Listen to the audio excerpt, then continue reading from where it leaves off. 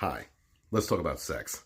One of the main tools employed by most narcissists in order to keep you locked in. Not only is there an energetic component by confusing you, by destabilizing your emotional center, by taking away your root chakra, infesting it with their dark energy, their selfishness, the entanglements with all the other people that they sleep with, spiritual STDs, really. That's a whole other topic. But what I really want to talk about is how a narcissist or toxic manipulative person will use certain things to keep you hooked in, whether they're events, memories, sex, anything that they can to, make you long for or give you a respite moment where they make you believe that you're getting attention or satisfaction or something. You're getting the promise of that relationship that they dangle in front of you while they're out cheating on you, or they're kicking the crap out of you, or they're lying and using you and taking your money, whatever the case is.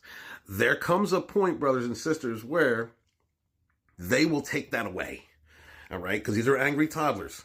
These are angry grown toddlers, and while they're spitting out their Similac, they're going to get upset that you're not getting angry enough. They're going to get upset they don't have as much control, or they're going to be upset because, maybe you're exerting your independence. Maybe you've gone no contact. Maybe you have just said no more. And if they manage to hoover back in or continue that cycle of abuse, they're going to understand, because they use something like sex in order to keep you hooked in, to keep you befuddled, to make you believe that there was some kind of closeness or love. They're going to take that away. They're going to snatch that away. And because they're grandiose and they can only see from their perspective, they can't empathize. They can't really sit in the shoes of somebody else. They're very static minded.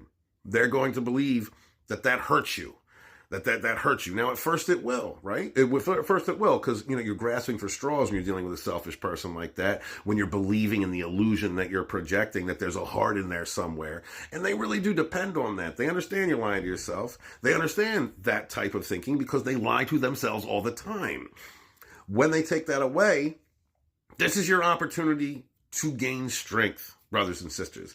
When a narcissist manipulative person removes something that used to be a fundamental part of them maintaining their control over you, yes, it's going to hurt at first, but freaking endure it. Freaking endure it and reject it. Learn how to reject it, because when you do, and most especially if they don't do that thing or give that thing to you for a long period of time, thinking that that's like torture to you, you're going to learn that you don't need it. And if it's something like very personal, like sex, not only are you going to realize you don't need it, but you don't freaking want it. That narcissist, if they manage to hoover back or come back around, when you learn this control, that you don't need this thing from them, they're going to continue to think that you do.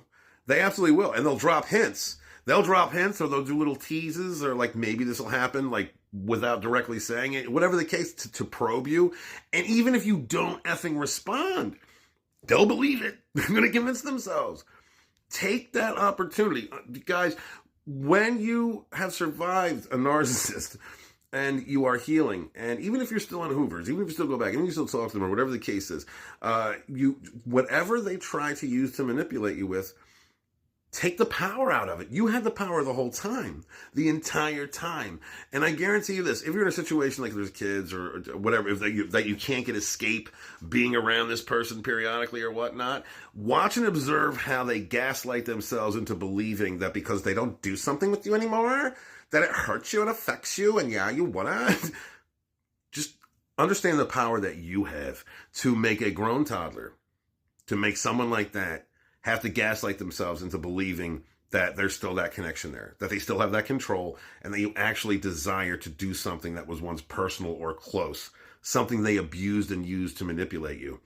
You'd actually want that again after you find your self-worth and know who you are and love yourself. Use discernment, brothers and sisters. Keep on that healing journey. Face your pain. Transmute it. Integrate it into yourself, become more authentic, and therefore you gain more strength. My love to you all. Be good to yourselves, be good to each other, and never again suffer these fools.